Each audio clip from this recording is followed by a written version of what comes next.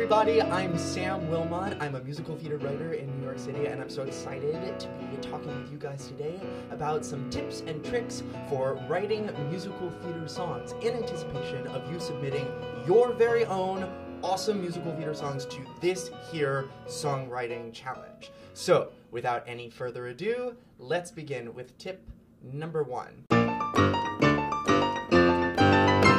Tip number 1 is make sure that your song is coming from a character's point of view.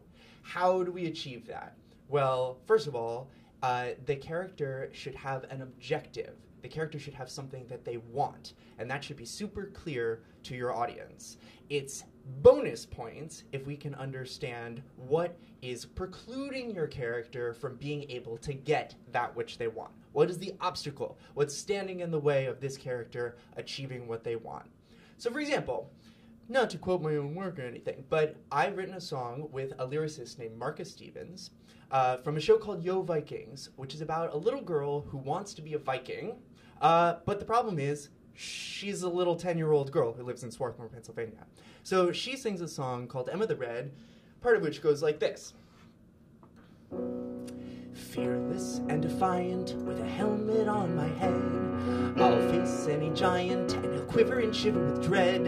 Every troll in a hole will be rolling with fear where I tread. I'll be mighty Emma, awesome Emma the Red. So see, she's got this thing that she wants. She wants to be Emma the Red, but she's got the enthusiasm for it, the spunk for it, but the problem is she's 10 and nobody understands her. So there's sort of a macro conflict to a very specific agenda objective. Tip number 2, be specific in your lyrics. What does that mean? Counter to what you might actually think, the more specific and focused your lyrics are, the more universal your song will read to your audience. So instead of using big generalizations like, I love you so much, find out what actually this character loves, what actually makes this relationship particular to this character. That's going to help bring your audience in a really, really focused way. Remember also that when you're using rhymes, rhymes pull the ear into an inevitability of hearing what you want to hear, creating meaning out of these sentences that you're writing. So make sure that those rhymes are also tailored to their own high specificity. To talk about this song again, let's listen to this for a second. Fearless and defiant, with a helmet on my head, I'll face any giant, and he'll quiver and shiver with dread.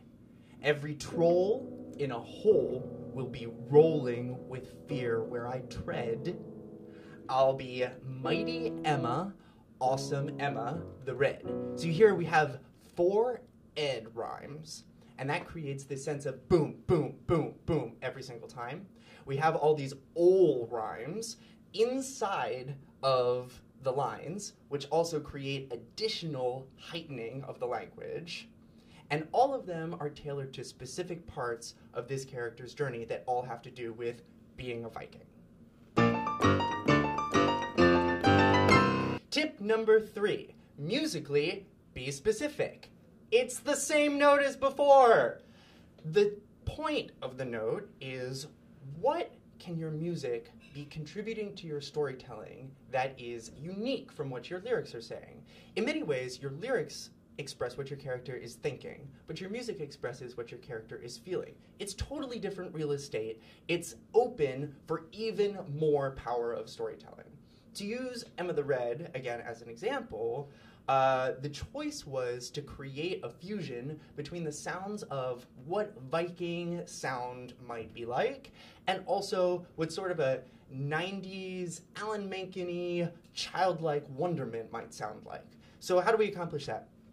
We take this sort of a drone sound, so we don't change the chord at all. It also doesn't have a third in it, if you're music people, so you don't know if it's major or minor. It's just this sound. And it also has a flat 7, which gives it this really kind of modal sound to it. But then later on in the song, we get these raised fourths that give it that super 90s sound to it, right? So it's the fusion of both of these sounds coming together where you get, oh, I get on the one hand, this girl is having these dreams, these aspirations of becoming this sort of like primitive Viking warrior, and on the other hand, her truth is that she lives in the 90s and she is a child and she's watched a lot of Disney movies. That does it for me and my 3 tips. Don't forget to submit your songs right here by January 5th. We can't wait to hear the amazing magic that you come up with. Good luck. See you later.